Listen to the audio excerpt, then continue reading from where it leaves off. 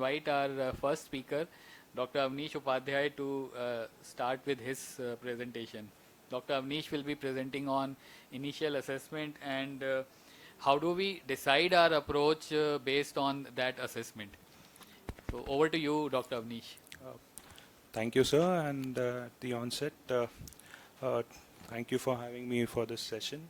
So I would be talking very brief about how to go about with the initial assessment and evidence-based approach as to what we have now and how to go about before actually treating these sort of patients. So basically, when you have a patient with submacular hemorrhage, what is the pathophysiology? We actually tend to see that there is presence broadly of blood between the RP and the neurosensory retina. Broadly, it is the causes could be choroidal or the retinal vascular abnormalities. Why it is important to know why these submacular hemorrhages are having issues is they do tend to cause photoreceptor damages as early as 2 days, and that can be reversible after almost 2 weeks. So what actually happens is when you have these sort of heme developing and there is this iron toxicity to the photoreceptors, and the fibrin meshes form that contracts, and that kind of hinders the nutrient supply to the retina, to the blood-brain barriers which are present, and that leads to eventual macular scarring.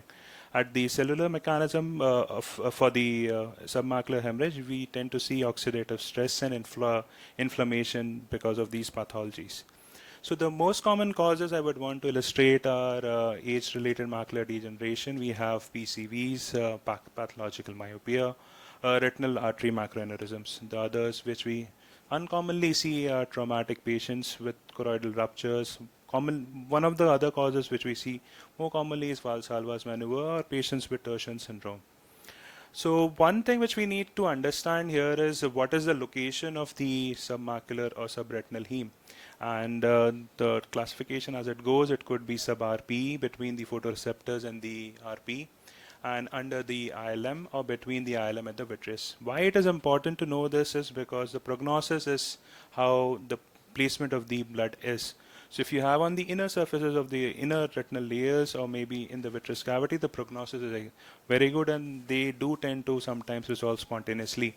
But if it is sub-RPE or between the photoreceptor and the RP, the prognosis is generally poor.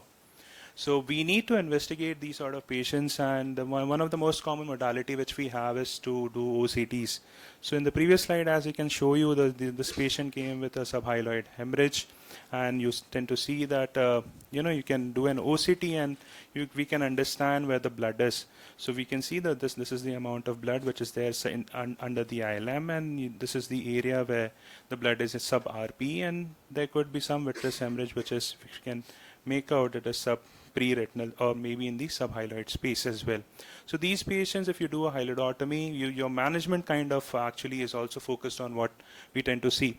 So if the fovea is not involved and you see subhyaloid, because sometimes we generally tend to take these patients for hyaloidotomy, and if we have not done an OCT, we may not be able to pick it up, and our management would be different.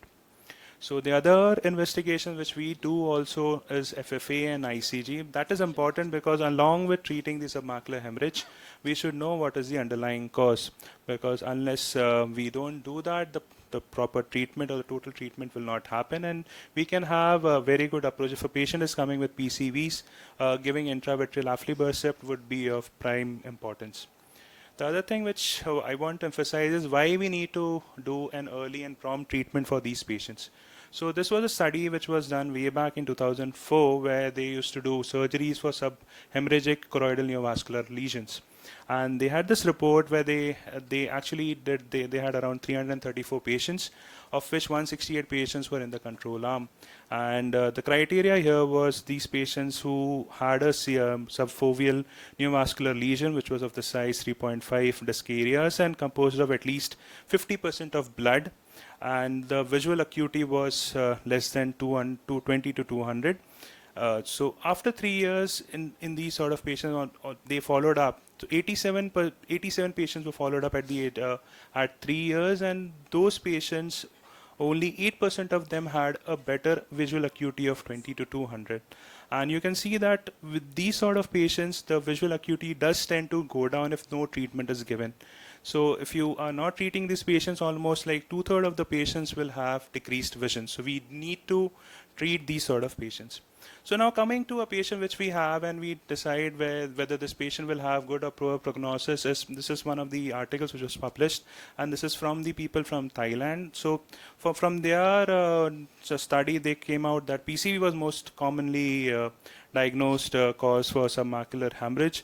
But then again, they did come out with the patients who had poor visual acuity at initial presentation, and if they had neovascular AMD, an elderly patient, and if they had persistent of submacular hemorrhage, those were the patients who had poorer outcomes. This was again a study which was done way back in 1990, and they said that they had similar outcomes, but they also discussed about the thickness of submacular hemorrhage. So if you have a submacular hemorrhage which is more, the thickness is more, that has poorer prognosis. And they had said that if the diameter of the submacular, if you see a massive submacular hemorrhage, the extent is not a predictive factor for your prognosis. So even if you have a patient who has a flat lying submacular hemorrhage, that may have a better visual outcome as compared to someone which is more localized but with more submacular. The height is more, that could have a poorer visual prognosis. So this is one of the classification I came across where they talk about this is something called as flat caps. And they are talking about the different prognosis which we have discussed. So they say whether the fovea is involved or not, which type of layer, retinal layer is involved, and the age of the presence of macular hemorrhage, and the size of it, and then the the thickness of it. So broadly, even they are talking about if they have these sort of if the duration is more, if the height is more, or the extent is more, those are the ones where we need to hurry in doing the treatment, and we can actually prognosticate the amount of for these sort of patients. I would like to hear it from my co-authors as to how to go about with this, whether they use these sort of classification for that. So to conclude, the treatment options for this is, which we have it, is pneumatic displacement with or without anti-VEGFs. The other options is vitrectomy with or without subretinal TPAs, and some have even tried photodynamic therapy. This was an article which was recently published in 2024, and they said that there is no gold standard treatment to it. So to conclude, submacular hemorrhage, if you have, it's a serious threat to your visual acuity. We should know what are the poor prognosis patients, and for each sort of patient, the treatment is more tailored, and it depends on the characteristic of the hemorrhage and patient's overall health and the visual acuity goals which we have. Thank you.